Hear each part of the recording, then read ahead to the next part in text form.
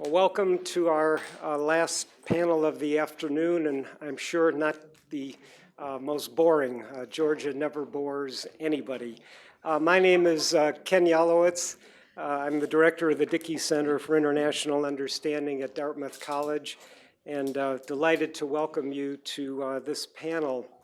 I wanted to say just a few words before introducing the wonderful panel that Tom Duvall has gathered to speak about Georgia.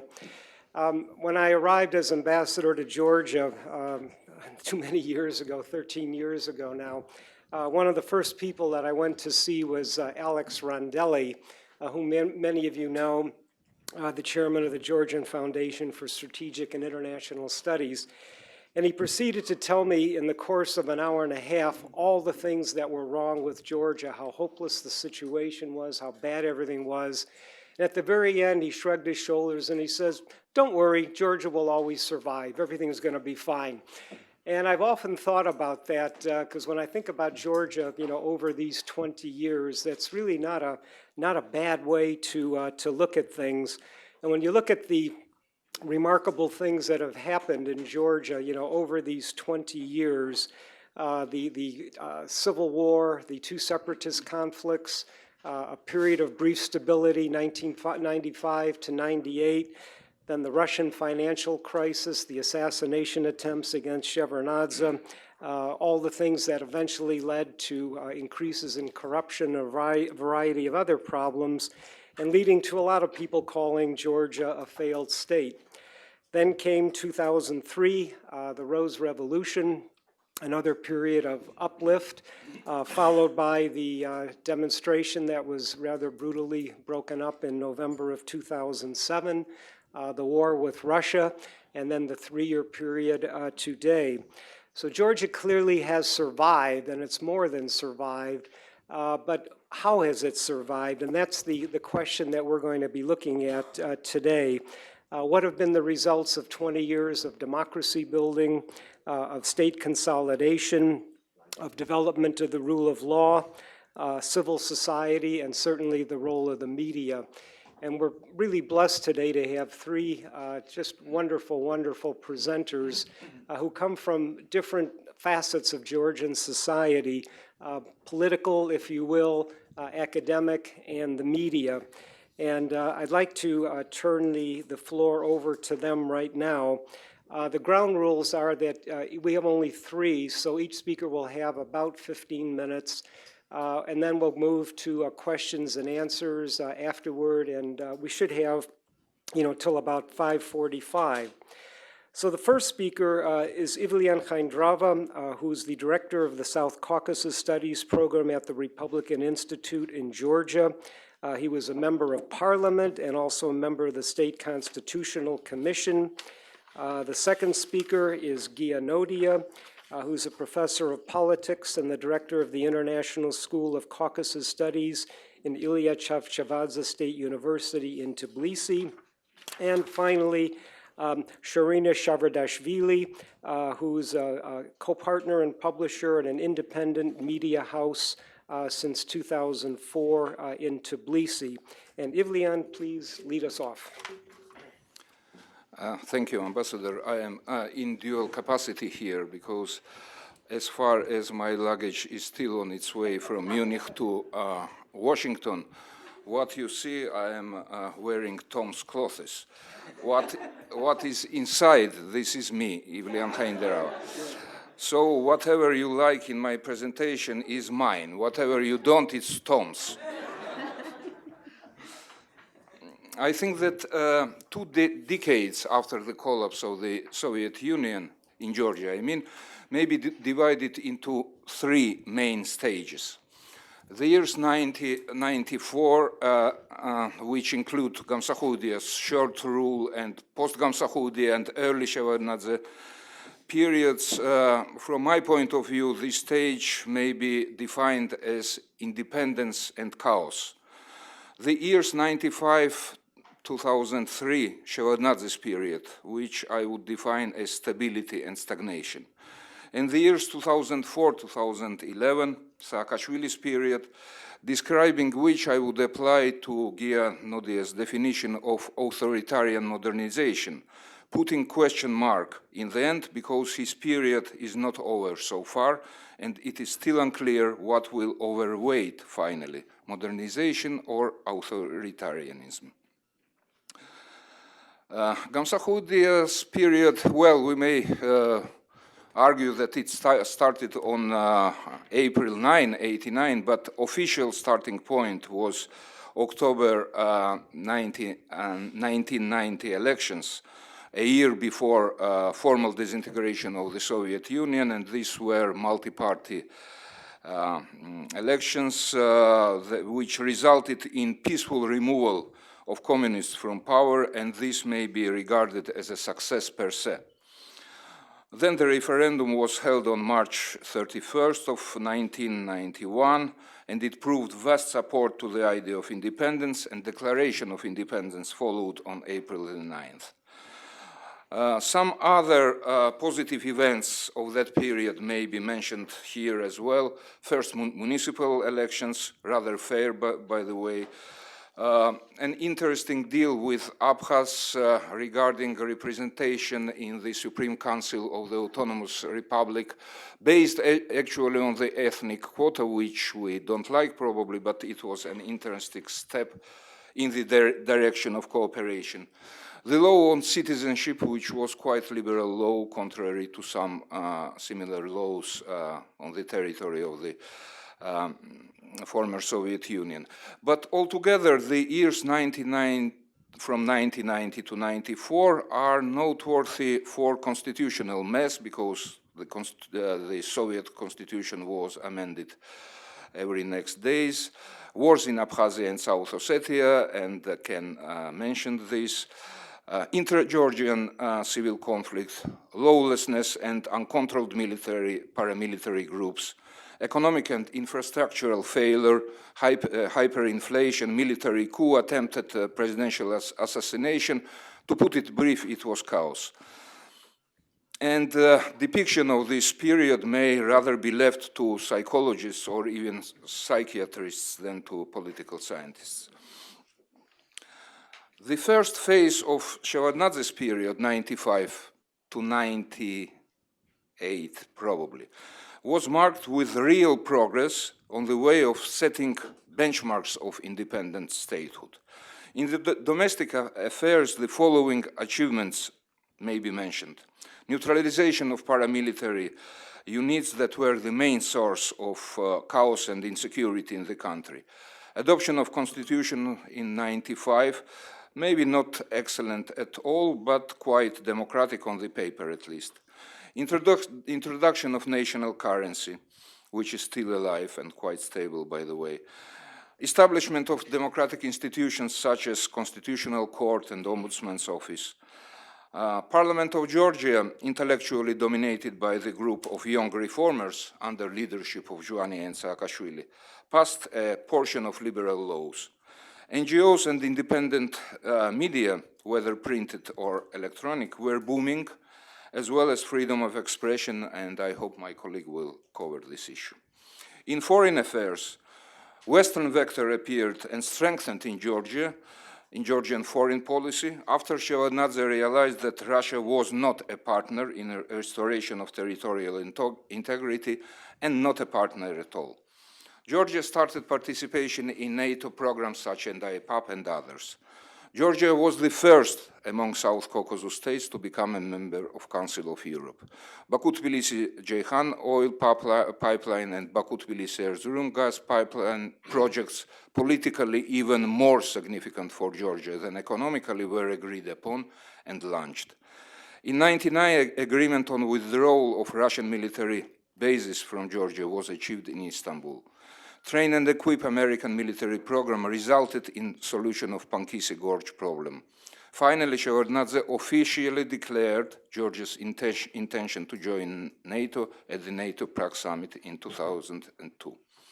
Mainly, although not exceptionally, these are achievements of the mid-90s. 98 may be considered as a kind of watershed, when much-awaited resignation of the cabinet turned into minor reshuffle of the government and produced huge frustration, actually. Executive branch effectively blocked implementation of reformist laws. Lack of political will and ability of Shevardnadze to reform the country in depth became obvious. This was political fatigue, or rather exhaustion, on the background of institutional weakness. Life in Georgia in the second phase of Shevardnadze's period, 1999-2003, may be depicted in just two words: stagnation and corruption.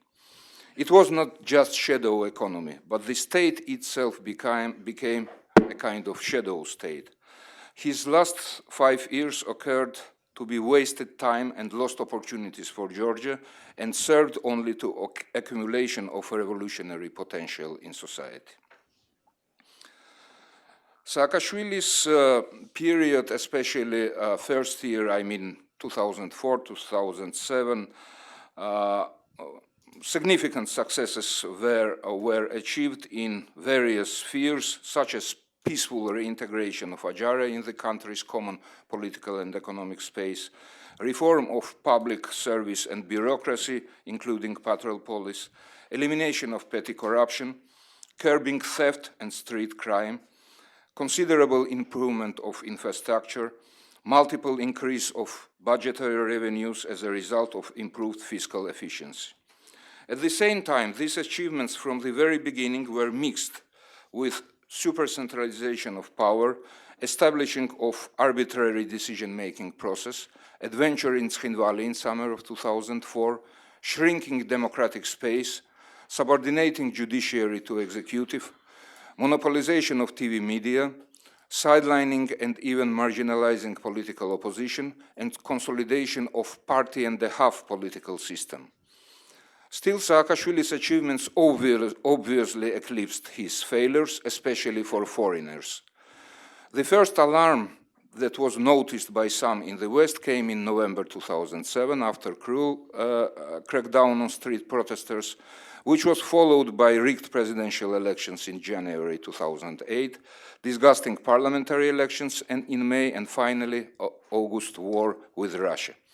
I think that this is a chain of interdependent developments, but this issue is beyond the frames of this presentation. The reality is that after 2008, we enjoy growing authoritarianism and less modernization.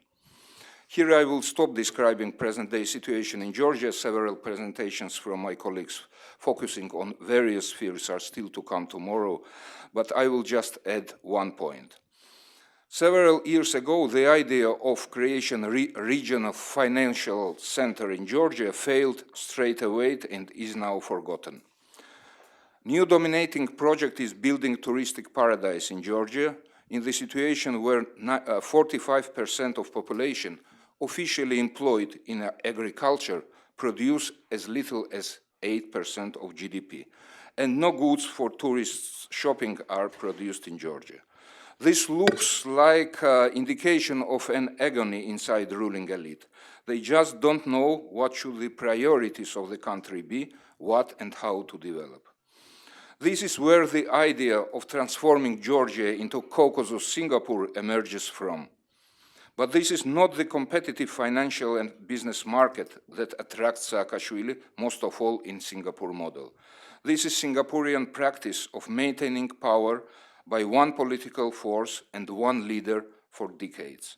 Once again, as in case of Gamsakhudia, when approach independence first, democracy later prevailed, the dominating approach now is modernization first, democracy later. What is for sure, despite really unprecedented consolidated support, both domestic and international, whether political or financial, Saakashvili's rule is the period of lost opportunities. And if in the case of Saakashvili we observed president's fatigue, now we witness country's fatigue from her president. So what do we have now? 20 years since independence and 8 years after Rose Revolution, Georgia has become neither sustainable democracy nor sustainable economy. On the other hand, Georgia has become sustainable headache for the West and has gained sustainable enemy, Russia. Some conclusions of these 2 decades. Each of the 3 presidencies produced more or less successes, particularly in the first phase of the rule, followed by slowdown or even degeneration of initial plans. At the same time, each of the 3 presidents ruled on the background of different geopolitical realities and enjoyed different foreign aid and political support. All 3 won landslide victory in their first presidential elections, but Gamsakhudia failed even to reach the next elections, being overthrown during the winter 91-92 Christmas coup. Shevardnadze's legitimacy dropped significantly when comparing 95 and 2000 presidential elections. Same is regarding Saakashvili with his official 96% in 2004 and 53% in 2008. I can argue that in their second elections, neither Shevardnadze nor Saakashvili won in the first round. In all 3 cases, we can note very high, I would say excessive public expectations and proportionally fast public frustration leading to delegitimization of the president, which points to, I would say, infantilism of the voters. From this point of view, our infantile authorities are a reflection of infantile population. But here we also come to mystical interdependence between leaders' legitimacy and his performance, and may easily trace consistency, higher legitimacy, better performance, and vice versa. Neither of 3 Georgian presidents possessed clear vision of state they ought to build. Gamsakhudia was bearer of mixed and controversial ideas of ethnic nationalism and common Caucasian house, self-isolation and closer relations with the West, convergence of socialism and capitalism. Shevardnadze knew that he had to build European-type state and even complied to some degree to the rules of the game, but he didn't know what exactly liberal democracy meant. This is why he looked so much out of date in the last phase of his presidency. Saakashvili, US-educated pro-Western president, smartly convinced the rest of the world, and maybe himself as well, that liberal democracy was his sincere notion. But finding democratic procedures too boring, while freedom of others something too restricting his personal freedom, he quite easily changed his mind. And this is why his government tries not to adjust Georgia to the democratic procedures, but to adjust democratic procedures to their own rules, which means just the game with no rules.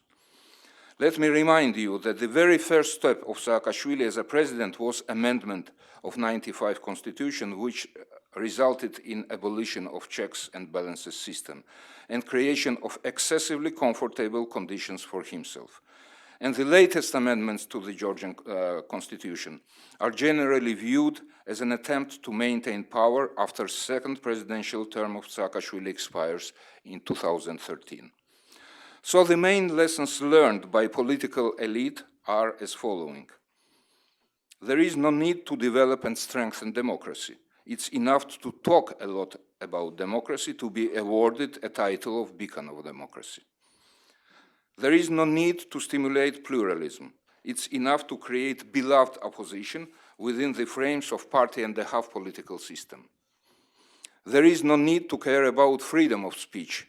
It's enough to strictly control all national TV channels and regret of polarized media space. And there is no need for accountability.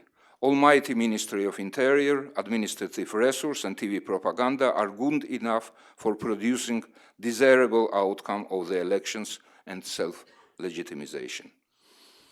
We live in a dynamic world and rapidly changing geopolitical and internal realities. Even well-established and well-developed democracies face serious and growing challenges of such dynamism. And the very moment the signs of stagnation appear, it is clear indication that the time for changes has come. Each of 3 Georgian presidents exceeded his time limit. But Saakashvili still has a choice, whether he will be mainly remembered for modernization or for authoritarianism. Thank you.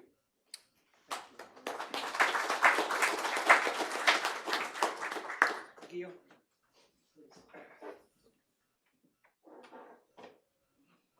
Okay, thanks for Tom for inviting me. I think it's for me it's perfect place. It's not on. It's on. It's on. So what should I do then? There are some. Closer. Yeah, come closer. Come closer. Okay. For me, Washington D.C. is a perfect place to somehow reminisce on 20th anniversary of Georgia's independence. Can everybody hear now? No. Okay. Let's. Yeah, now it's. Okay. So, too much? Yeah, I was saying that Washington, D.C. is the best place for me to try to summarize this experience of 20 years, because 20 years ago I was actually here in Washington, spending my fellowship in Kennan Institute and watching on CNN how Georgians were killing each other. And for that, I mean, it was the first time that Georgia was top news.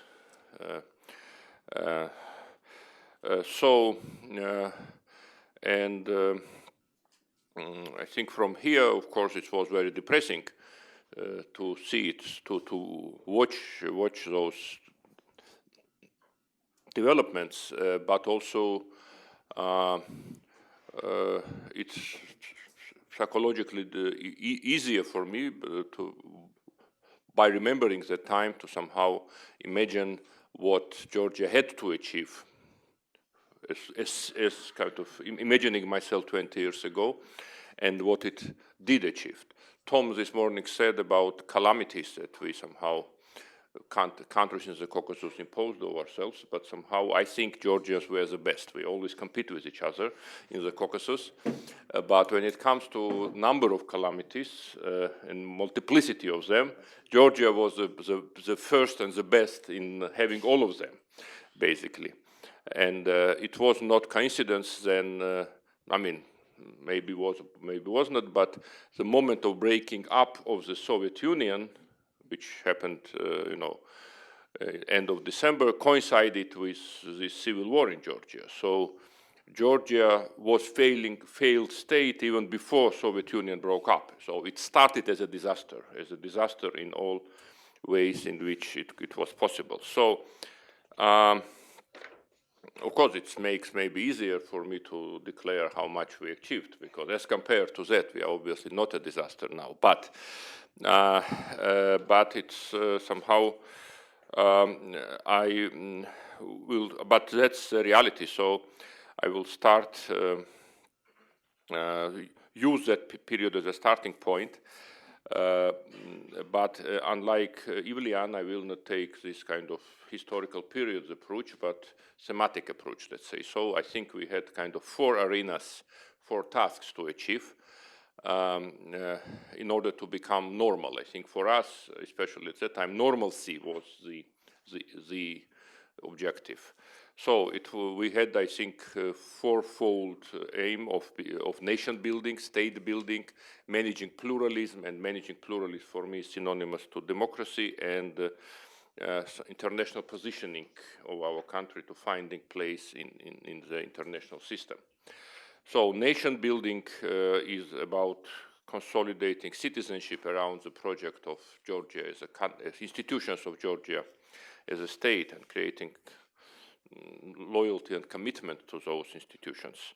And of course, we started again about wars around that. So there were some people like Abkhaz Ossetians who did not want to commit themselves to this project.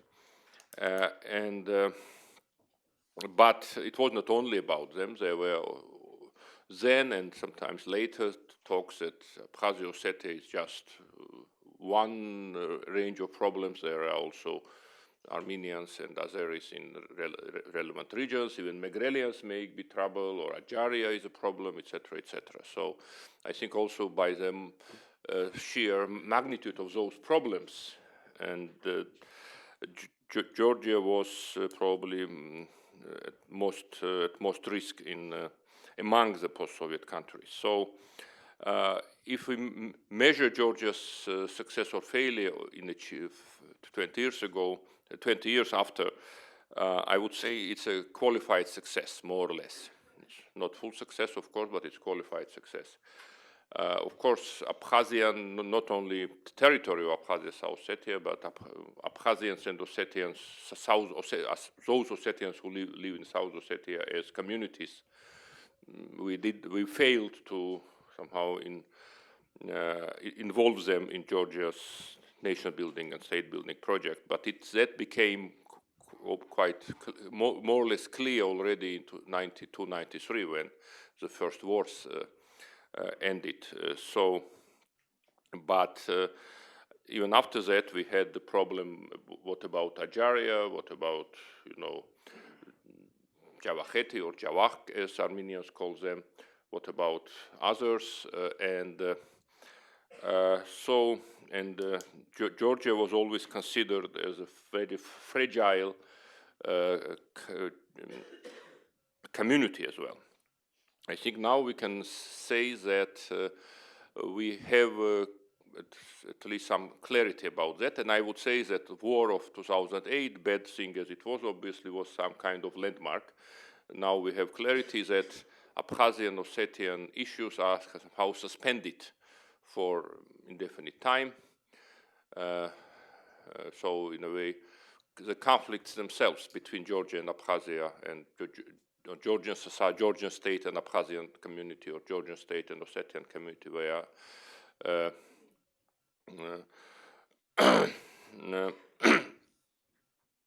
casualties of the war. But when it comes to others, I think Georgia is by and large a consolidated nation with problems, of course, problems of Georgian ethnic and ethno-religious nationalism. Of course, Armenian and Azeri-speaking communities are not really integrated, but still it's not major. They are not viewed as major threatening challenges for the country. Now, when it comes to state building, as I said, we started as a classical failed state in end of 91, 92, 93. We were textbooks example of a failed state. After that, we had started to recover, but still, until the Rose Revolution, we were somehow weak state on the brink of failing state, let's say so, to use political science terms. I think in that area we have achieved the greatest success now, and of course that's a result of new government of the Rose Revolution, that now we are no longer failed or failing or weak state. Georgia has an efficacious functional state, which means not only on the side of control that it enforces monopoly on legitimate use of force. There are no free-running militias and warlords, but it also provides public goods. It's effective mechanism which provides really valuable public goods to its citizens and is appreciated as such. So, does it mean that it's kind of 100%? And of course, I mean, I don't want to repeat this corruption, overcoming corruption, but it's, of course, it's very important because that Georgia has moved from late medieval style of state where public offices are basically bought and then the holders extracted resources from the people themselves, to modern state where they work for salaries actually. So I think the corruption as a structural problem have been really eradicated. And that's of course major achievement also by, also obviously by regional standards, but also, I mean, not South Caucasus, but also beyond in post-Soviet standards, surely. But is it 100% success? I would not say so, because the problem is that of sustainability. That success is based on effort of relatively small group of people who used somehow Jacobean methods somehow to achieve that. Ivlian already quoted me on terms of authoritarian modernization, which I really used in 2005 or 2006, but just to be precise, I said authoritarian modernization light. That was my term. Which one was like modernization? No, authoritarian modernization as a project, but not as in Ataturk it was kind of full, but here it was light. I meant the authoritarian component, yes. Now, managing pluralism, I mean, there are many different ways to define democracy, but especially in the Georgian context, I would stress this moment of managing pluralism, because we had pluralism, but this pluralism meant that people were killing each other in the street and shelling each other from tanks. But it was pluralism.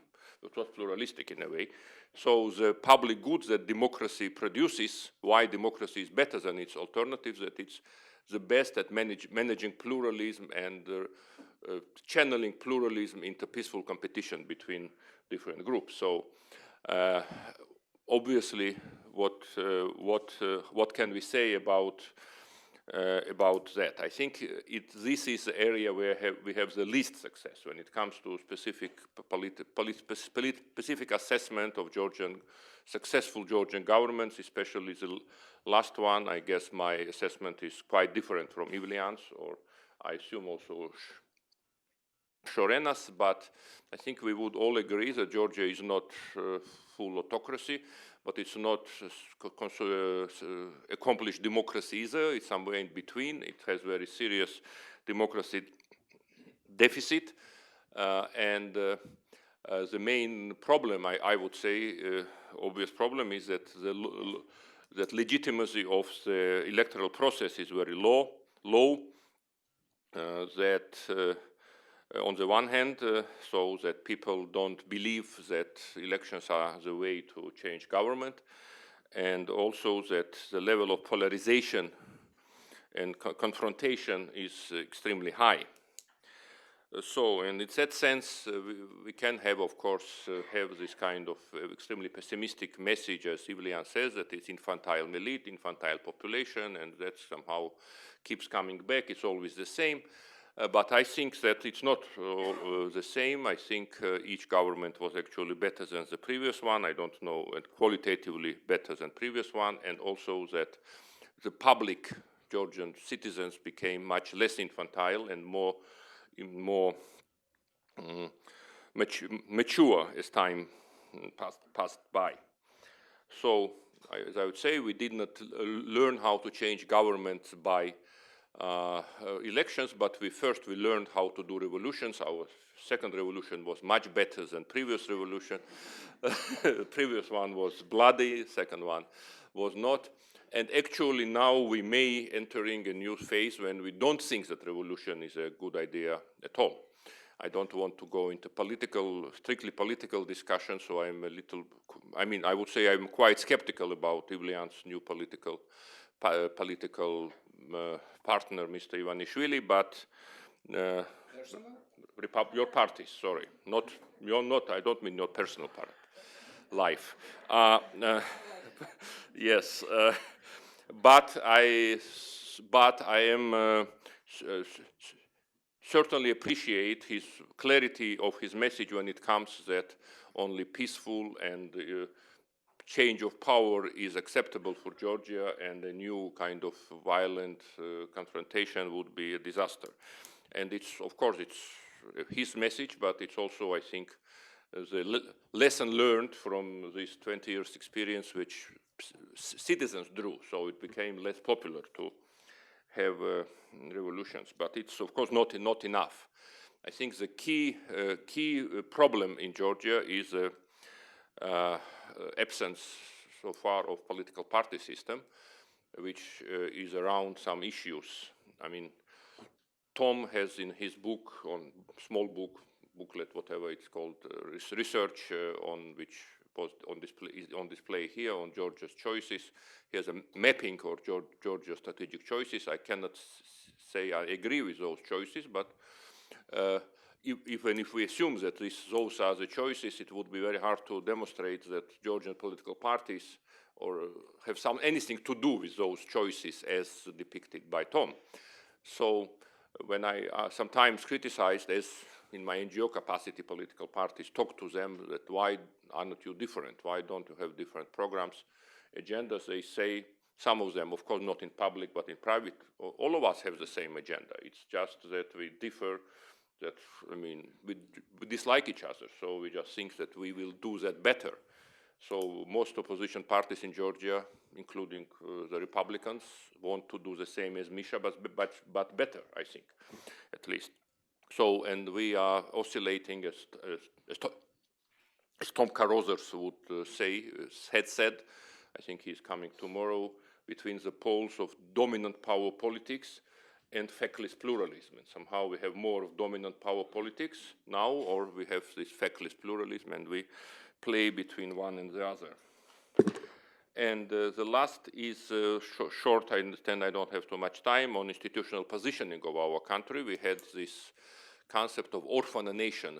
Nobody needs us. Even then, by the way, we spoke about, some of our leaders spoke about that we should join NATO and NATO will help us. It was in 1989. But at that time, it was considered something crazy, extravagant, dream of some not immature people, which it was probably. But one of the achievements of our 20 years is that we have clarity about this foreign policy orientation, which is shared by at least ostensibly by all major political actors, and also so there is some point of national consensus around it, and this consensus implies, and it's understood widely, that this idea of European and Euro-Atlantic integration, both of them, this double integration, it's not only about security or patronage or support of the West, but it's about values, it's about a guideline for internal transformation of Georgia. It's also, and Hans, I said that in his research shows that overwhelming majority of Georgians think that Georgia will be a democracy. So they may disagree whether we are democracy or whether we are or not democracy now, but we have almost full consensus that we will be a democracy, that there is this consensus that Georgia either becomes a European-style democracy or it just fails. It's just the Georgian project of Georgian nation will not be accomplished. So that's I think, a good thing. And we also, I think, emerged or put behind this idea that we are just transit route, which was basically Shevardnade's idea of westernization. Now I think we have much clearer ideas that westernization becomes means becoming a European democracy which actually contributes to international system and not just is a consumer of that. So it's also overcoming on infantile attitudes, which Julian mentions. And the really last moment about the future, how we should overcome those deficits, and most important deficit is, of course, deficit of democracy. We have deficit of good relations with Russia, but unfortunately, I don't think we can do anything about it. It's maybe a price we pay for clarity of our foreign policy orientation, but what we need, I think, to work on in the nearest future, it's one, what will help us to go to the next stage. It's development of political elite and capacity of political elite. I think we have had a very big progress in that as compared with 20 years ago, when really our political discourse was completely immature. Now it's partly immature maybe sometimes, but still it's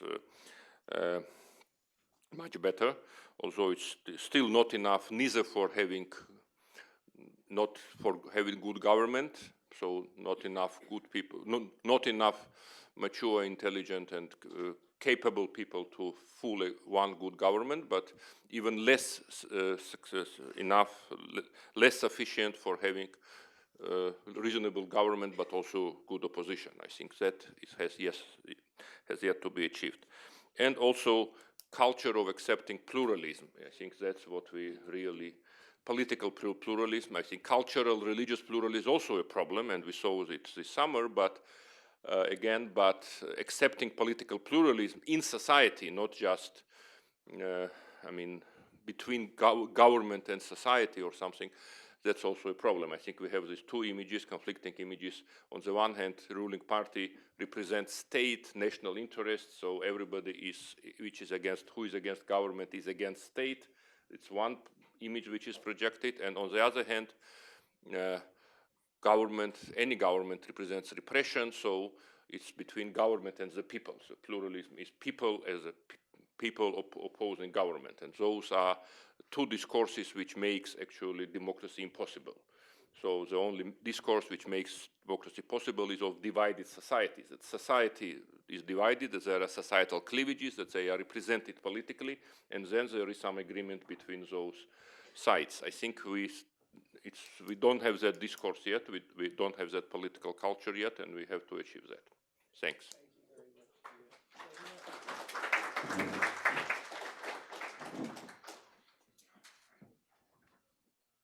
This is on. Thank you very much. Thanks to Carnegie Endowment for having us here and for having me here. I feel very honored. And since the reports on Georgia don't get much better than what Tom writes about Georgia, I can just be a journalist and tell a story instead of sort of giving an academic presentation and bullet points of Georgia's recent history. But I'll have to start with a confession. I voted for the current government twice. First in 2004, like more than 90% of Georgians who wanted to end rampant corruption, which spread in all spheres of public and political life, and to bring democracy to the country through systemic reforms. And for the second time, I voted for this government in 2008, and that was pretty much the hardest choice that I had to make that I can remember of. That was right after the November 7 events, and that was when the government decided to forcefully and with the excessive use of force to dismantle the wave of protests, as well as raided the offices of Imedi TV station and taking it off the air, allegedly for enticing anti-government riots. So going back to my votes, my first vote was an easy one. It was a clear battle between quote-unquote good and evil. We were all on the same sides of the barricades: strong, young, pro-Western opposition, strong civil society, a powerful independent national television station, and citizens fed up with Shevardnadze's weak and visionless government engulfed in corruption. So people who came to power with the Rose Revolution were our friends, young, ambitious, and as Gigu Gulava, the current mayor of Tbilisi, once said, as liberal as it gets, and as liberal as we'll ever get. So we all rejoiced victory and went back to our lives, leaving the state building and democracy work to our friends, who came to power with real ambitions to really go ahead with reforms, reforming the system and deliver promises. We woke up in 2007 with Okruashvili, Saakashvili's close ally and defense minister, famous for helicopter hunting and controversial war rhetoric, stepping down and accusing the government in a whole set of wrongdoings, including covering up the assassination of the former prime minister and Saakashvili's longtime friend Zurab Joania. This started the first strong outrage after the Rose Revolution, fueled by the presence of the Georgian oligarch Badri Patrakatsishvili, who is no longer alive. This was met by government's heavy hand and exposed its absolute intolerance of anyone trying to shake its political power base. The message was political opponents will be treated as enemies and will be dealt with by all means possible. Following the domestic and international outrage, Saakashvili announced early presidential elections in 2008. And again, we're back to my turning point, which is for me getting ready for the second vote. On the one hand, I was sort of making a list. On the one side, I was putting all the good things, and the good things were, for the first time after the breakup of the Soviet Union, we had electricity, gas, and water in most of the cities across Georgia. We had the almost overnight reform of the law enforcement agencies and the police that no longer took any bribes. We had the reformed public office, where citizens could effectively get basic services like registering their property or getting a passport. We sure had better infrastructure and better roads, at least in some parts of the country, if not in the whole of Georgia. It's still a work in progress. We had various systemic reforms underway, though not without flaws, like the education system and the reform of the judiciary.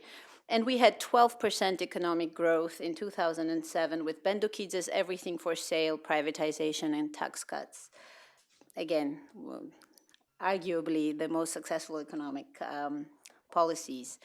On the other hand, in the column of all the bad things, the list was a bit longer and it looked more gruesome, but the government had consolidated its power in the executive branch, turning a one-party parliament into rubber stamping all government-initiated laws and proposals, amending constitution many times in order to fit its immediate political goals, ignoring basic human rights with zero-tolerance policies and televised arrests, gaining almost total control over media and business sector.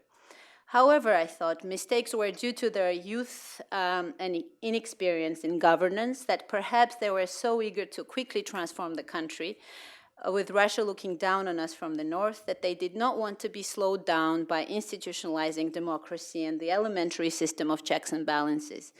And I thought they still had the zeal to reform. No matter how unpopular these reforms were, it was just a matter of better communicating with the citizens and just overcoming the mistakes that they had made.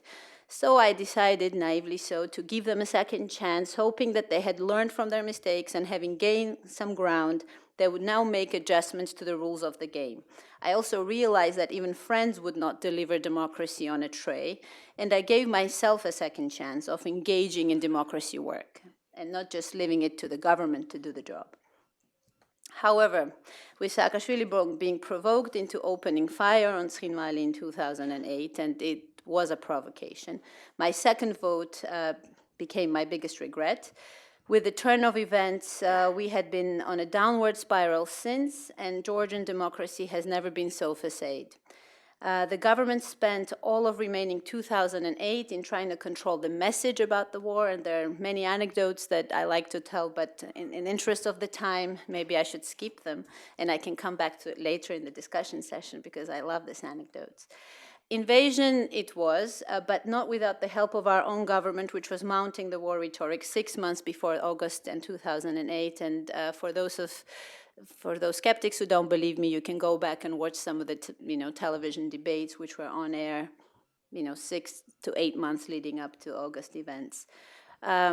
Somehow the Georgian government thought that it would be a small-scale military operation, perhaps, and it would be as easy to regain control over Srinivali as it was over Achara. Maybe that was part of their thinking, and maybe they relied too much on leniency of the Russians and outright support of the West.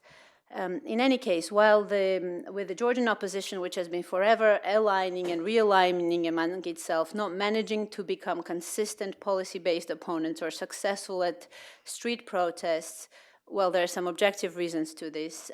The government went further in concentrating its power on executing literally a one-man show, with president determining even the cast of an opera or the details of an architectural project in Upper Swaneti.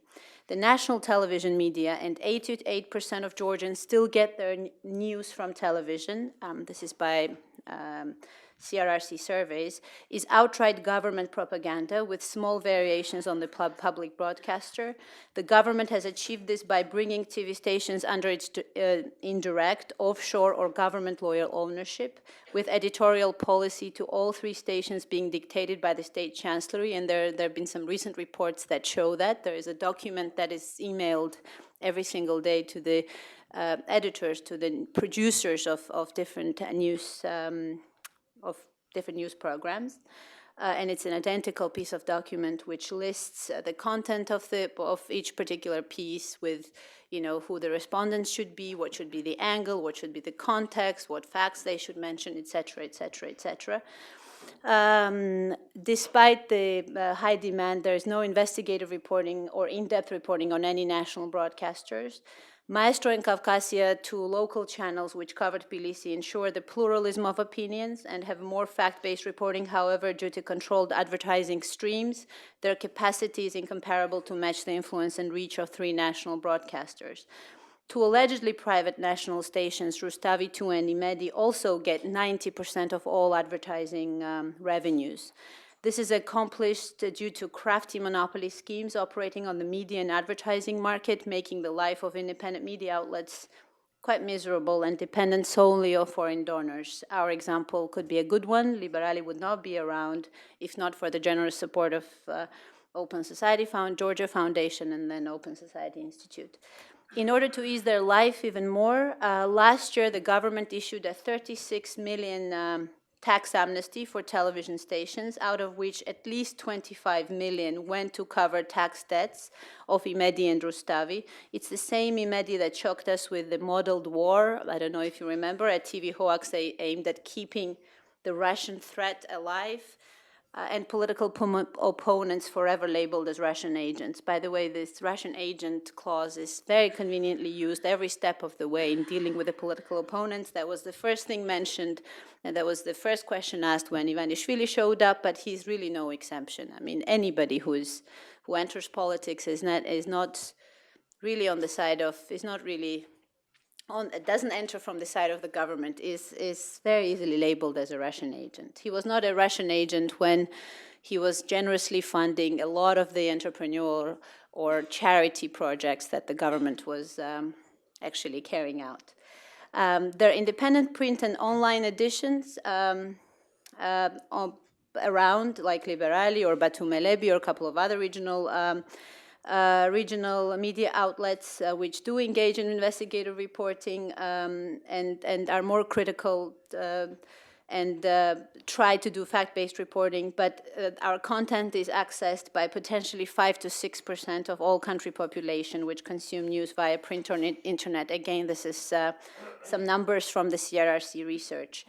Furthermore, access to public information is a deteriorating trend. While we have a great administrative code, it is close to impossible to get any budget-related information from most of the government entities. For example, we don't know the volume of spending of the presidential fund. We also don't know how much, for example, the presidential palace cost us.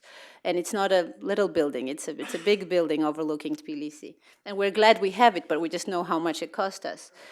Or why the Georgian National Lottery Company won the bid, which kicked out all players from the market and is an effective cash machine for the government and is managed by the former defense minister, Gezerashvili. Now, what this means is that with this media landscape, it will be close to impossible to win any elections for any incumbent. And I remember when I was asked maybe a couple of months ago, it was by the USAID to name 3 policy recommendations that I would make for improving the media landscape. The first 2 I named had nothing to do with the media, and she was just quite surprised. The first I said, free the business environment. Well, this is wishful thinking, of course, but free the business environment and the market and free the courts from the needs and dictates of the government. Because unless it makes sense to go to court, nobody is going to go to court. And there's a controversy about whether the trust in court is actually rising or not, and there's sort of throwing numbers back and forth. But essentially, I haven't heard of many business owners who have gone to court because they feel like for example, they violated their rights, or teachers who've been fired, or the headmasters who've been fired because of their political views, or because they let some of their students go to protests. So again, not much trust in the courts. And the third recommendation I made was actually directly linked to the media, and that was that try to concentrate on all your efforts on liberalizing the public broadcaster, because that's really pretty much our only window into sort of the national media landscape, and trying to sort of somehow change the media landscape. And as well as don't shy away from funding independent media and civil society. There are no serious problems with the media legislation or any other legislation, actually. It's a matter of execution. It's a matter of political will. So never mind the legislation, at least for the time being. Until all major businesses are government-controlled, whether it's sugar, petrol, lottery, gold mines, chocolate factories, banks, construction or distribution companies, kiosks, outdoor advertising agencies, and businesses which are not obedient are subject to selective tax punishment, it will not be possible to talk about sustainability of independent media or the sound opposition unless another oligarch comes to town. This is why it is frustrating to read articles in the international press about the libertarian Georgian government, which is an attractive PR package, I understand, since the whole world is giving up on sort of market fundamentalists. Here it is, a little country, Georgia, engaging in the experiment of libertarianism. But again, it's just words. It's just a package with a given market situation where there's literally no free market in the country. Also, unless business or citizens can seek justice in courts, we're living in a locked cycle with no prospects of developing pillars of democracy. Now, the status quo, until Bidzina Ivanishvili decided to enter politics, the status quo was quite boring and gruesome and bordering the state of complete stagnation. Growing anti-American sentiments because of growing unpopularity of Saakashvili, no prospects of opposition gaining significant representation in the government for the upcoming elections, and no resources for achieving any kind of breakthrough in this locked system. Again, the biggest topic of debate was whether Saakashvili would actually run for stay on as a prime minister, and that was basically the only thing that we could actually talk about. It's as if everything else was already a given. We'll see how even the appearance of Ivanishvili changes the landscape. I know you're also interested in it. It's definitely a good thing that he showed up because it puts, it brought dead Georgian politics back to some life, and it has the potential to provide the very well-needed ammunition for the Georgian opposition. But if he becomes another one-man show, and if it really plays along well with the society's messiah sentiments, then we're in for another round of disappointments and maybe for another cycle, for another 20-year cycle, which I hope will not be the case. But again, I hope the society really has matured, and hopefully we're a bit further than we were maybe 10 or 15 years ago. But lessons learned. Yes, I'm finishing. I'm always afraid of you, Ken. The only person I'm afraid of is you, being a strict moderator. Democracy, I think what's indisputable, and I think this is what we can all agree on, is that democracy is really our only comparative advantage in regional or international contexts. It's our way to the Western Alliance. It's our best security and domestic policy. It will not be delivered. This is another lesson we learned. It will not be delivered even by Western-educated young liberals unless there is a serious international push, as well as strong opposition, strong civil society, and the media domestically. That is why it is very important to support the process of democratization and keep this very high on the agenda. And unfortunately, if in 2004 the political elite was paramount to the country's progressive development, it has by now become its main impediment, precisely because of the shortcomings of democracy. And unless we're very honest about the shortcomings of this government, both international players as well as us living inside of Georgia, we're not going to be doing Georgia any good. So I hope we're very outright with our criticisms. Thank you.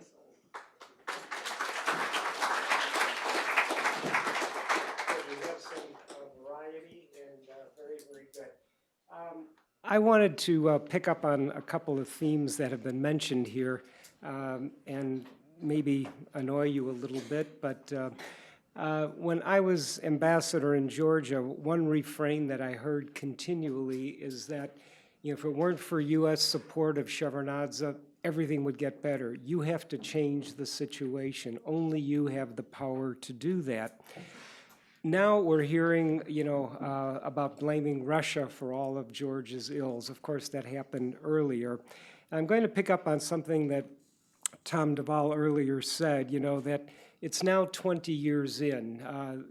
Georgia, the South Caucasus countries are no longer young, states in sort of transition. It's transformation now. And the question that I have is, when would an outsider expect, that some of the ills of Georgia, are looked at as problems for Georgians to solve and not for the international community to solve? And whoever wants to take that. Gia, please. Yeah, I think blaming Russia and blaming US or the West are two different kinds of blamings. I think that there is this perception in Georgian liberal elite that our people are somehow immature, and there are no kind of structural preconditions for democracy. So people are not democratic. So democracy has to be delivered top-down. But if it should be delivered top-down, then how? I mean, historically that's not how it happens, I think. So then some benign hegemon should force our political elite to behave democratically. And I think that did not change much from your ambassadorship to today. I think that's more or less a perception of Georgian liberal elite, let's say so. Whether it's, I mean,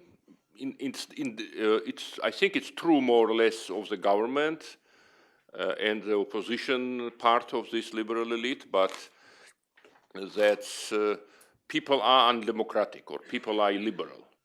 So democracy is an elite project, but because it's counterintuitive that why would dominant elite be democratic? Because by nature nobody likes to share power, so somebody else should be induced, and it cannot come from below because people are immature. So then it should come from American embassy. What I think, and I think that's also immature, basically. But of course, I think, but on the other hand, too, it's immature to overestimate that and to believe that somehow an American ambassador will say to president, you should behave, Misha or Eduard or whoever you are, and then he will behave. I think it will not happen like that. So it should come from political elite. I think historically, at least, I am maybe 20% activist, but 80% analyst, I would say. As I know from the history of democracies grow out of fights within elites, and somehow understanding that within elites that either they should go to civil war, which is impractical, or they should go to democracy, which is more practical. Or they try civil war first, as in Britain, for instance, and then they decided to have something like democracy. So we had already civil wars, so I think, therefore I am not, and unfortunately I am a little bit skeptical about some new miracles that some Misha will somehow fuel and Obama or whatever, or Hillary Clinton together will induce Misha to behave well. I don't expect that to happen. But I think that combination of different factors, which is, of course, Georgian political elites' sincere ambition that we are European, we are Western, we should behave within certain limits, but also greater maturity of civil society opposition. All this together will move us towards more pluralism rather than less pluralism. Yeah, okay, I'll brief comment. I do agree with you that the democracy it's a bottom-up exercise for sure. But from my experience, my other hat is being an activist and being sort of involved in some of the advocacy work, the media advocacy work. And the cases where we have been successful, it was only the cases when the international community got engaged or somehow sort of work together with us on really putting the issue on the agenda. Unless, unfortunately, this has been our experience that over the past 2 or 3 years, unless there is sort of a international attention on an issue, the Georgian government really doesn't react much. It's very hard to engage them. It's a good thing that they're so sensitive to international pressure. That's why I keep reiterating that in order for us to really accomplish something through advocacy and through the sort of the democracy mechanisms that are old in the States but are very new to Georgia, it's when the sort of the domestic and the international community work together. And we've had cases with the public broadcaster, we've had cases with I don't know, any number of issues, including the sort of tax amnesty law, et cetera, et cetera, et cetera. So unfortunately, it is a reality that if we want for our government to react, we need to have Americans watching the issue. Yes, thank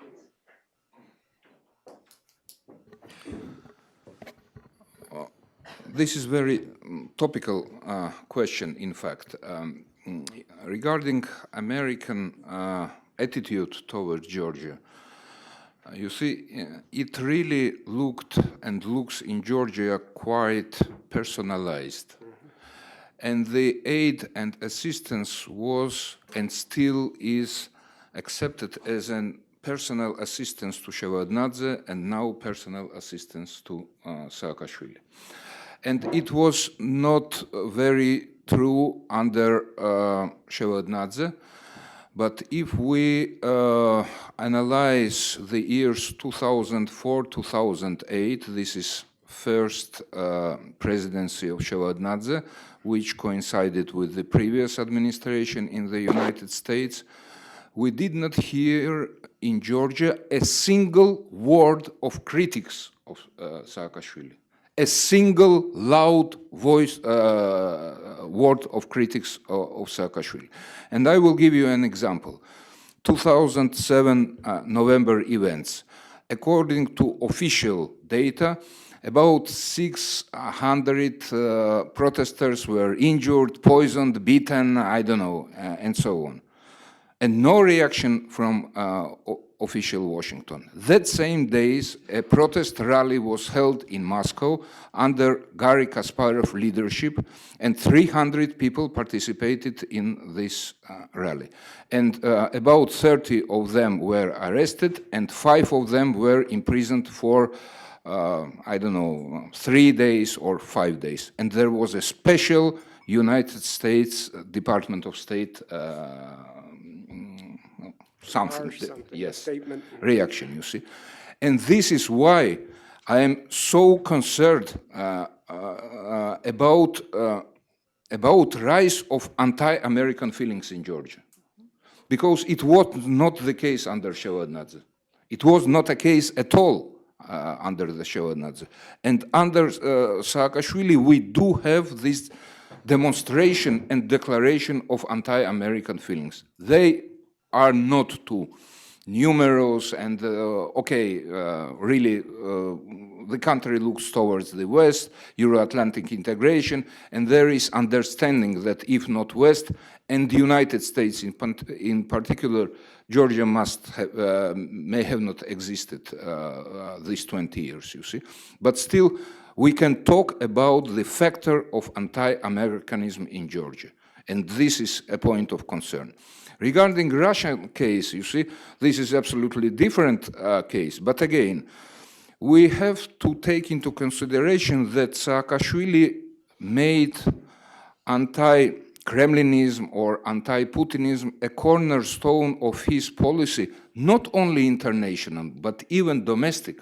And Chorena covered actually this issue.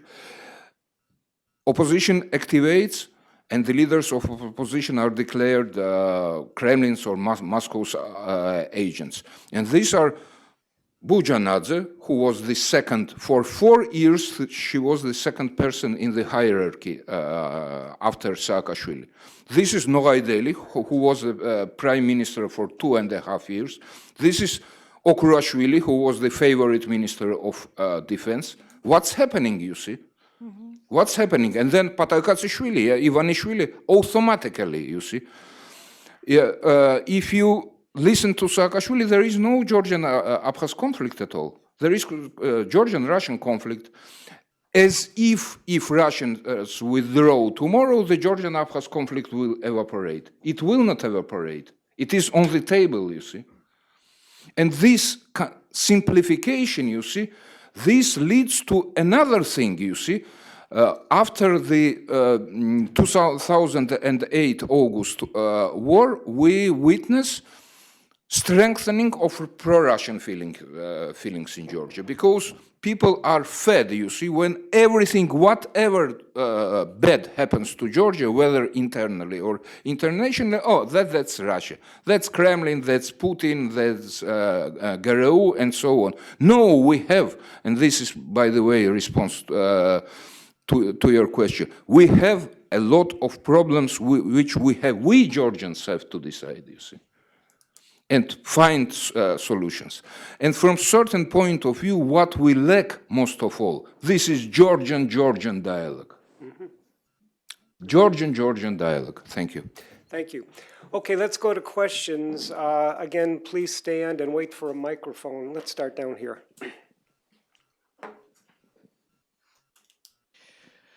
My name's Alex Van Os. I work at the Foreign Service Institute. I wanted to ask a question about fun. Fun, F-U-N, on the Black Sea.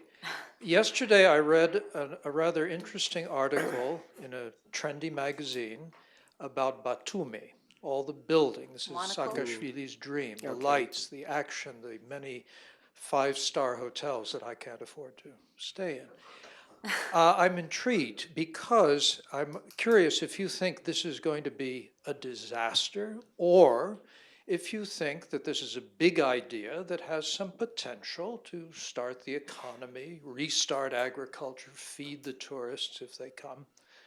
Let's talk about fun a little bit. Can I start talking about Yeah, go ahead. You start the fun, Shorina, please.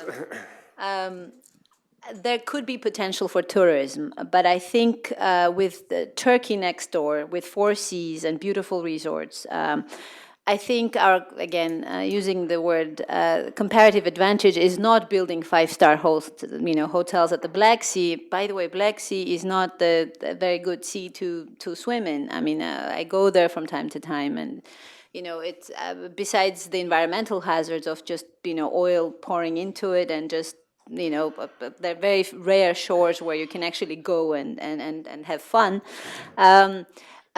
The point is that I think Georgia does have tourist potential, but not in the way not in the 5-star Black Sea resort type of way. Maybe there is more potential for cultural tourism. Maybe there is more potential for wilderness. Now, that's one thing said. Another thing is how that translates into sort of a bigger economic sort of income for Georgia. Again, it doesn't seem to translate at this point in time because, again, we import 95% of our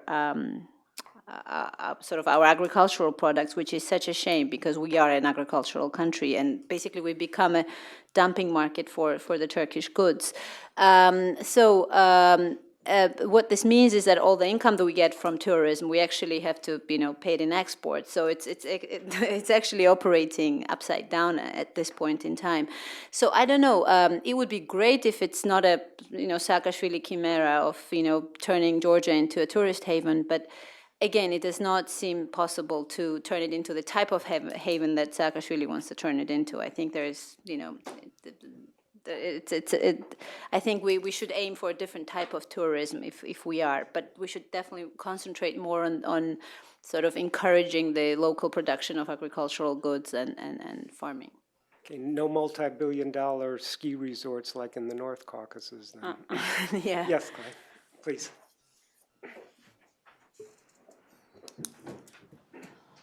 Thank you very much, Chairman. Craig Oliphant, until recently in the British Foreign Office. I wondered if I could ask two short questions, really, to all the panel. And Ivliani mentioned the need, actually, for a Georgian dialogue. But I wondered if, looking at the period in question, whether the panelists could just comment on how they view the evolution of the treatment of minorities in Georgia, glass half empty, glass half full, or what direction's there? And I suppose related to that, the question, and thinking back to Hans Gudbrand's presentation earlier this morning, church and politics. What would be your assessment of the role and place of the patriarch, and also the resonance of his input now as we look ahead? Thank you. Who wants to go, please? Guillaume? Yeah.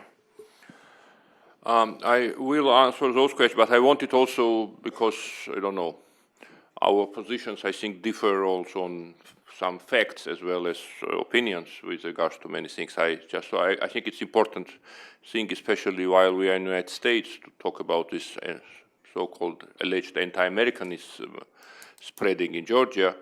As far as I know, there are no surveys, there are public opinion surveys, but none of them show any spread of anti-Americanism, and I don't think that this can be explained somehow. People are afraid of expressing anti-Americanism. So I think there are some changes in the sense that within political elite, if earlier nobody was protesting about America, now there are some people going to American embassies, some parties, and blaming America for Saakashvili or something like that, but I think it still would be much stretching, the reality saying that there is a spread of anti-Americanism. But also I think it's not necessarily that because Saakashvili is seen as American project and because of that leads to something, but it's also, I think, anti-Americanism is everywhere. So because government is really kind of, in a sense, Americanizing things or whatever. So protest against this policy, not just against Saakashvili personally, is expressed as anti-Americanism, and this leads actually to that question which Craig answered, that in terms of policy, in terms of strategic choice or whatever policies. It's hard to say what is the alternative to Saakashvili, because I think that these liberal critics of Saakashvili, which I think are represented here, I think they are still kind of Misha but better direction represent, but it's this direction, but this does not resonate with too many of the Georgian public. But there is also another direction of rejecting this government, which is nativist, or how to call it. People who think that this government is undermining Georgianness of Georgia, or something like that, and they have a church as its flag. It's one thing that the church itself is not uniform in its views. Patriarch himself is sort of balancing politician, a little bit like Shevardnadze, I would say, in his temperament. But within church, there are lots of preachers who use pulpit to aggressively denounce government. And one of the topics is that they treat minorities well, or they treat minorities too well. And so that president is really Armenian, so he's hidden Armenian who kind of has Armenian agenda. And that becomes a political problem also, not only for the government, of course, it's a problem for the government, but in general, I think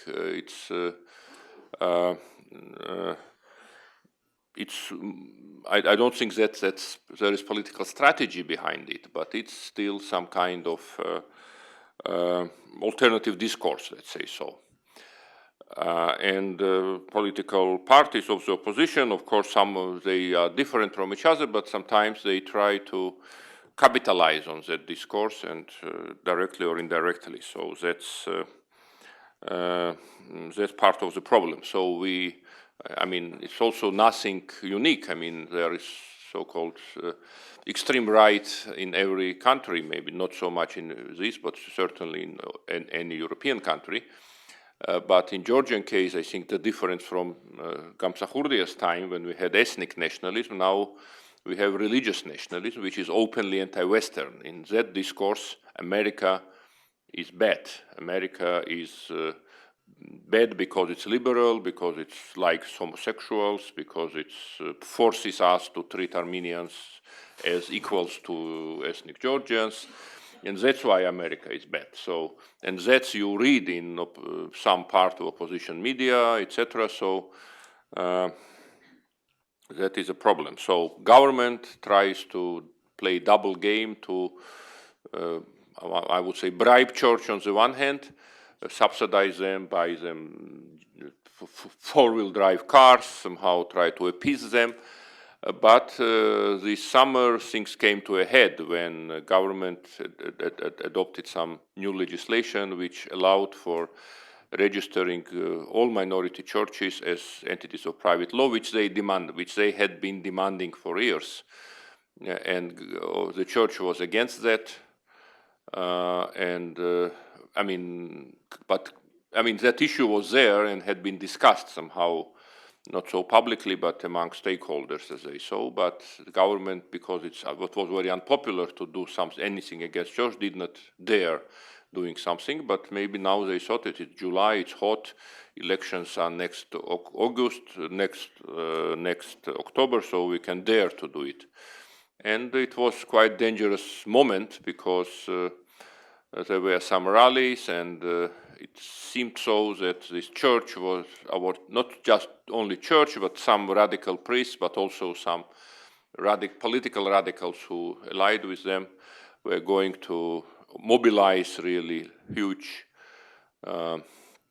campaign against government on that particular issue. But then government managed to find some common ground with the church leadership. I think it's also, in that sense, Byzantine traditions help, because Orthodox Church has a tradition to somehow have good relations with government. So it's, but that's also linked to Russia issue. I mean, I also disagree with the fact that any opposition party is portrayed as a kind of Russian party. But I think there is, of course, sometimes mistreatment of this motive by the government, but it's also, I think, true that Russian government has not reconciled itself to failing to change government after the 2008 war, and it hoped, I think, that after Georgia lost the war, the Georgian people would get rid of Misha themselves, but it failed. So I think this church is seen as by many people as Russia's partner, basically, because many people in the hierarchy, church hierarchy, they studied in Russia, and their mentality is anti-Western, hence pro-Russian. So this creates this kind of geopolitical, or how to say it, of geospiritual dimension to relations between church and state. Thank you. Wow. Actually, I fully agree with this vision. This is a rare situation when me and Gia fully agree on the issue, but this is the case. But I just wanted to add a couple of words. Yes, church and the patriarch, they have very high rating of trust, but there is interdependence between rating of authorities, civil authorities, and the church. The higher is the trust in the civil authorities, the lower is trust in the church. You see, this is something like that. And yes, there are very data. And the year 2006, when, from my point of view, Saakashvili was on his peak, the church and the patriarch had relatively lower trust in the society, still very high. But you see, this is, from certain point of view, sorry, but I will compare situation with Azerbaijan. You see, if you marginalize political opposition and you leave free space, you see, this will be Islamists who will occupy this space. And the same case is in Georgia. If you marginalize opposition, and especially if you marginalize democratic opposition, somebody has to occupy this space.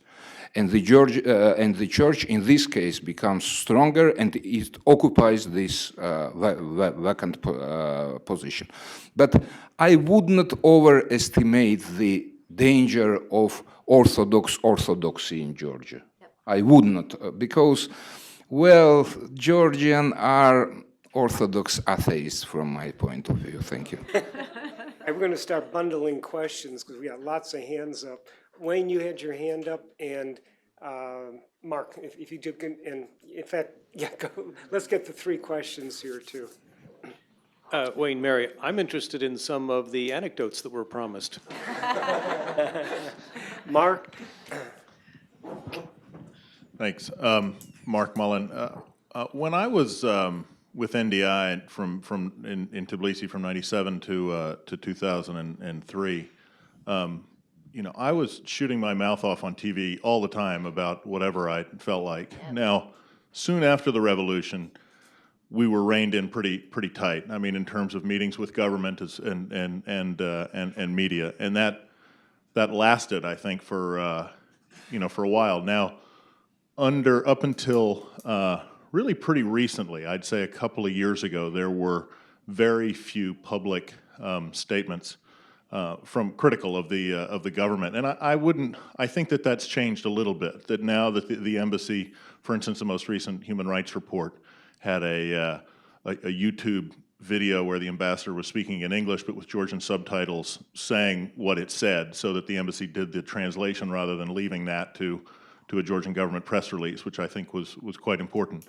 However, I know from USAID grantees in Tbilisi that there is still an almost complete ban on them speaking to the media, which is unfortunate because they've been watching the election law negotiations and everything else. Now, my question, especially my first question to Gia and Ivliana, is that noticeable, the absence of sort of semi-quasi-official Americans, USAID grantees, you know, speaking, so that there's some distance with the embassy.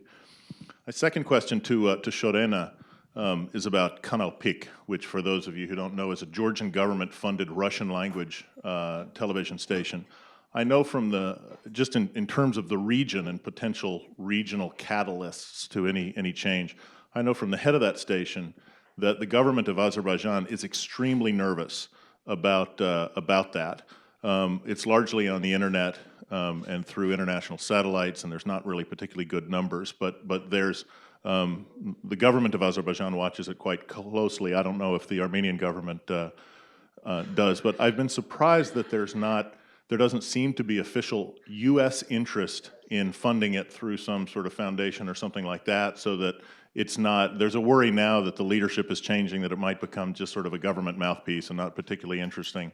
It's already spends a lot of time on Misha's travel schedule and how horrible Russia is, and you know, that might continue. And so what I'm wondering is, if it were a partially Georgian government-funded Russian language media presence, could that potentially positively influence the quality of domestic media in Armenia and Azerbaijan? All right, and please, and then, yeah.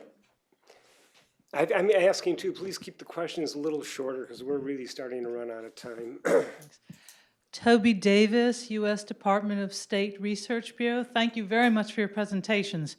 I'd like all the panelists to give me your worst case scenario and best case scenario of the electoral process from now until the October 2012 elections, and where you think the ruling party will come down in the middle of that. Thank you.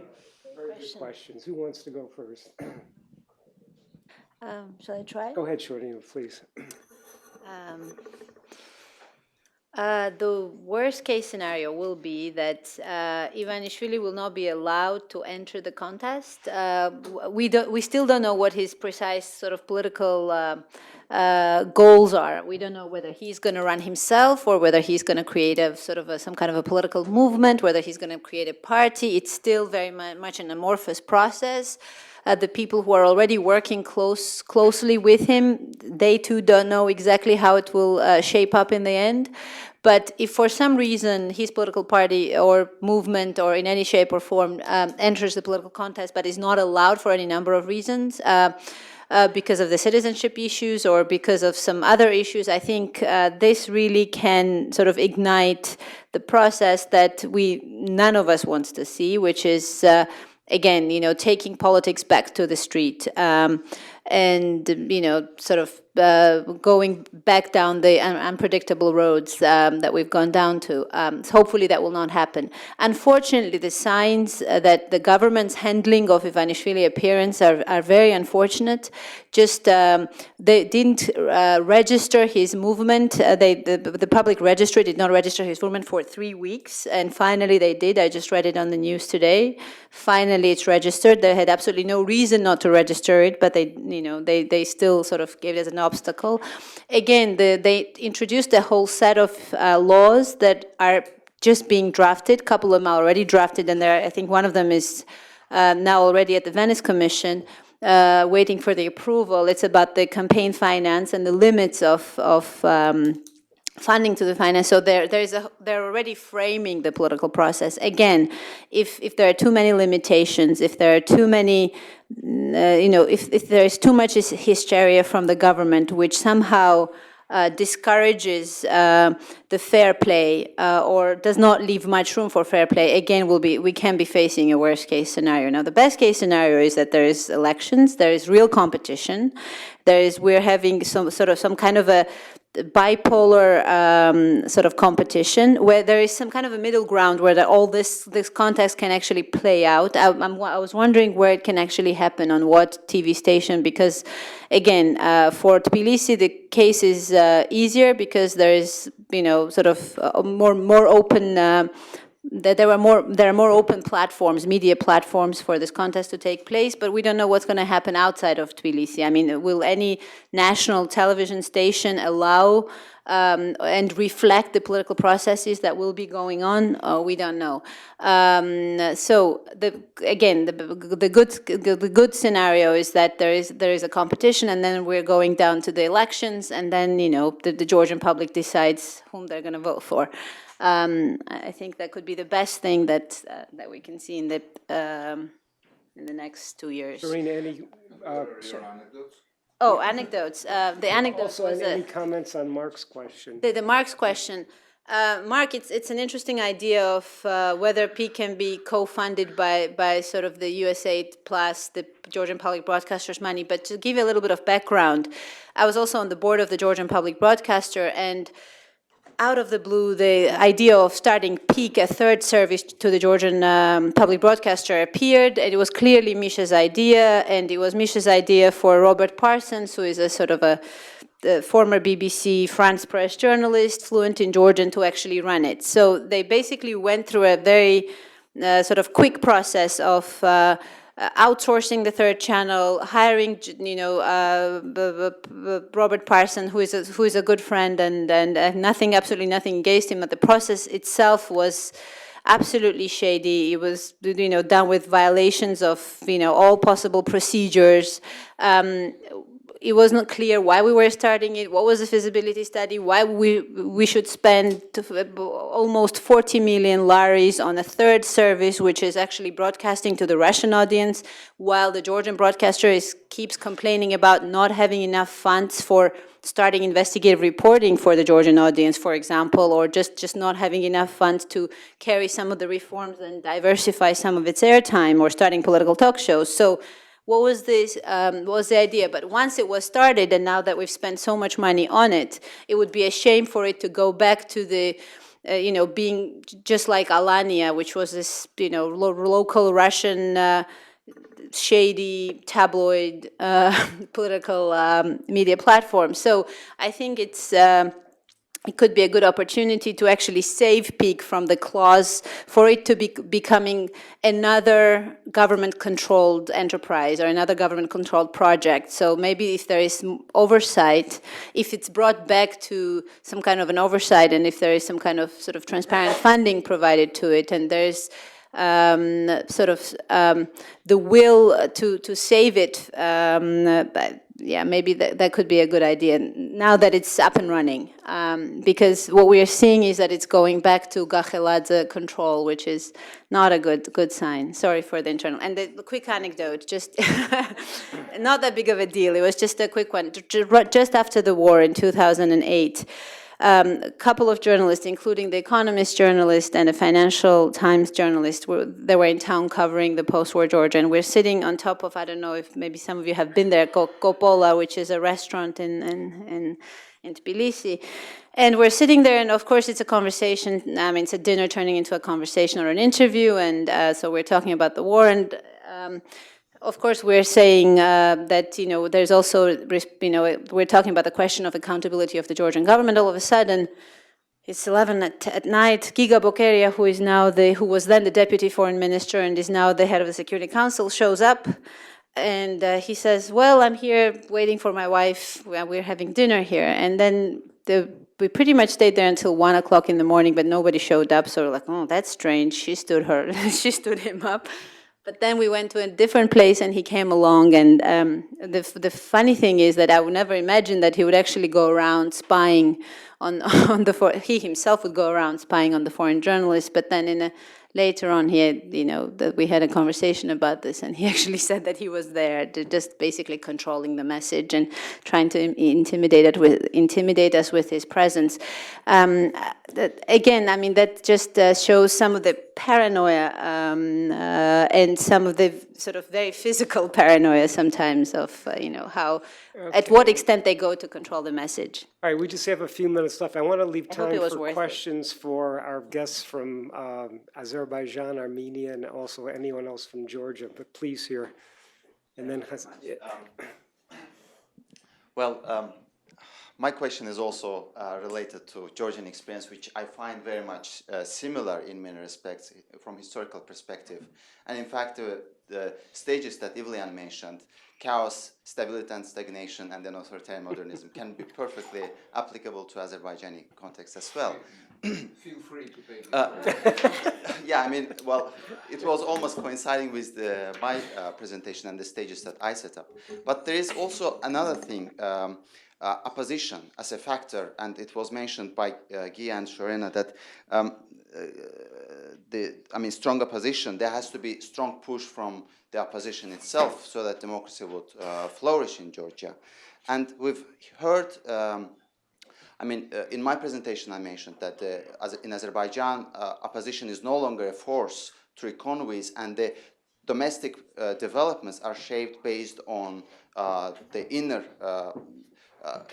infighting or struggles within the ruling elite itself. And it was exactly the same argument was used in Armenia panel. And our Armenian colleagues also mentioned that now increasingly the domestic developments in Armenia are shaped by within the inner circle. So I wonder, do you see a threat in Georgia of having an opposition increasingly becoming irrelevant as an actor shaping the political developments, domestic political developments, particularly in the light of the fact that apparently there are no, although many people are dissatisfied with Saakashvili, and now he increasingly reminds Ilham Aliyev in a sense that although many people may be dissatisfied with the situation in Georgia, but he is the best, worst politician that Georgians have at the moment, and all other politicians around are not popular enough, and people do not feel really confident enough to support them. Like you mentioned, Ivlian, this group of people like Burjanadze, Nogaidele, Krashvili. I mean, how, and they try to use this Russian card, and they try to position themselves as people who can garner support of the population in Georgia who is more supportive of better relations with Russia. But I mean, how realistic can they actually represent the interests of the Georgian population as a whole? Even Alassania, unfortunately, how much do you see potential for him to become a leader. So I'm just lost at looking at the Georgian political space. Do you see anyone in that position who can actually be a credible force to Saakashvili, even in spite of the fact that many people are unhappy with Saakashvili, but at the end, there is no other alternative, you see? Thank you. Good question. Who wants to answer that? What we have now, this is the result of the process, and I mentioned the process of marginalization of opposition in Georgia, you see. And Shorena mentioned that opposition actually was deprived possibility of existence, especially from financial point of view, but from point of view of media elsewhere, you see. So they did not have the space. From this point of view, and this will be my response to Toby's question as well, what is the worst case scenario in Georgia as a result of the coming elections? From my point of view, this is a kind of legalization and institutionalization of authoritarianism through these coming elections. This is the worst case scenario. The best case scenario is United National Movement, I mean this ruling organization, transforming into political party and moving either into opposition or into the ruling coalition. Thank you. Yeah, also several questions. I think I was not asked about it, but I would agree with Mark also that it would be a good idea if PEAK becomes some kind of joint venture of Georgian government and somebody else. And but as to American organizations, USAID grantees playing a more active role, frankly, I don't think that that's important in terms of internal Georgian political process. Or it was important before. I don't see it anyway. I'm a USAID grantee as well. I don't think that you are not outspoken enough. I don't think that's a real problem. I think that Mark mentioned American grantees of USAID who are, for some reasons, not speaking publicly. Okay. That's how I understood the question. As to best and worst case scenario, I think theoretically we can agree that with Shorena, for instance, that it's best case if there is democracy and open competition, worst case if it's not competition and people go to the streets. That's, but frankly, I don't, if we speak about not theoretical scenarios, but likely scenarios, I don't see any either kind of catastrophic scenario happening, or I don't also see what is best case scenario in Iulian's view. Of course, he's a political actor himself, and he has his own preferences, but I don't see that happening as well. In terms of electoral outcome, I think, again, not being very hopeful of Mr. Ivanishvili, that if somehow his advent leads to UNM not gaining constitutional majority in parliament, that would be excellent outcome. Good for Georgia, because I don't think that having one party with constitutional majority is a good idea. But there was some, but also that hope that within Georgian within UNM, as in Armenian case, it was said that there is some political process within ruling circle. Sometimes opposition has, I think, wishful thinking about that, or had before Ivanishvili came, that there are some factions within UNM fighting each other. I don't see it happening in the United Nations movement. But as to problem that opposition is failing to pose a credible challenge to government, unfortunately that's true. But then it's I think it's too much depends on political preferences to say that it's government's fault somehow, which forces opposition to make wrong things, and then they discredit themselves because they are put in under some pressure. But for instance, why Alassania lost his credibility, I think because he showed that he's not a good leader and he was very inconsistent, and although his initial ratings were quite high within the same system basically, but then he went down. So unfortunately that's the case, but I understand it's very political. This very political difference of opinion. Can I ask you one quick question? How many permanent staff members do you think the Republican Party has? This is a question that Hans Gutbort asked me today. I would have never guessed. Permanent staff of the Republican Party, which is the oldest party in... Oldest does not mean... Well, yeah, of course, but apparently they have 5 permanent staff members across Georgia. This does not include the leaders, of course. I don't know how much you can do with that capacity. Whose fault is Right. it? Anyway. Is there one last question from a visitor? Are we finished? Is there one last question way in the back, and this will do it? Hi, Elmar Shahtakhtinsky with Azerbaijani Americans for Democracy. I mean, just a quick comment. I wouldn't compare Georgian situation to Azerbaijan, and that relates to my question. Azerbaijan is pretty much in that medieval stage that Gia described, I think, in terms of corruption. And my question is, is the gains that I think all presenters from Georgia agreed on, at least there is one notable gain, and that's eliminating structural corruption in civil service and law enforcement. And how reversible is it in terms of how deep it took roots in society? Can Georgia quickly go back into corruption as a way of life, as in Azerbaijan, for example, or Central Asia? That's just my question. Thanks. Good question. Nothing is irreversible. I think there is a physics second law of thermodynamics or something, which is the sole law which describes irreversible processes. All other processes in nature are reversible. But I think that while of course it is not irreversible, but creation a precedent of clean, I mean fairly clean civil and efficient civil service in Georgia is in itself very important, because I remember when I was in Shevardnadze's time member of commission developing anti-corruption strategy, something many people thought that very cynical. I mean, yes, it's good that we are in the commission, but we all understand that Georgia will always be corrupt. I mean, it's just Georgian character. We should be corrupt. I mean, it's just very naive to even dream about it, that Georgia is not, the traffic policemen not taking bribes. It's against the nature of Georgia.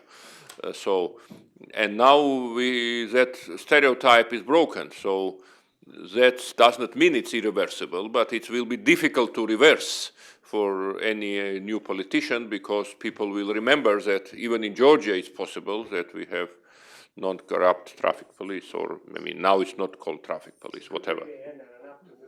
I will add a couple of words. It's too early to congratulate each other with the victory over systemic corruption, because elite corruption is something absolutely acknowledged in Georgia, and everybody knows that you... I should supply you with our magazines. Yes, this is something that unfortunately remains in Georgia, and to a certain degree, the shapes political and economic life in the country. But, and I stressed it in my presentation, the administrative reform, the reform of bureaucracy, with which I am proud of, because Georgian bureaucracy is neither Soviet nor post-Soviet bureaucracy. This is different bureaucracy, which has nothing to do with Soviet type of bureaucracy. So, as one of the main achievements of 2 decades of independent Georgia, I am almost sure that we will manage to maintain this achievement in any case. Thank you.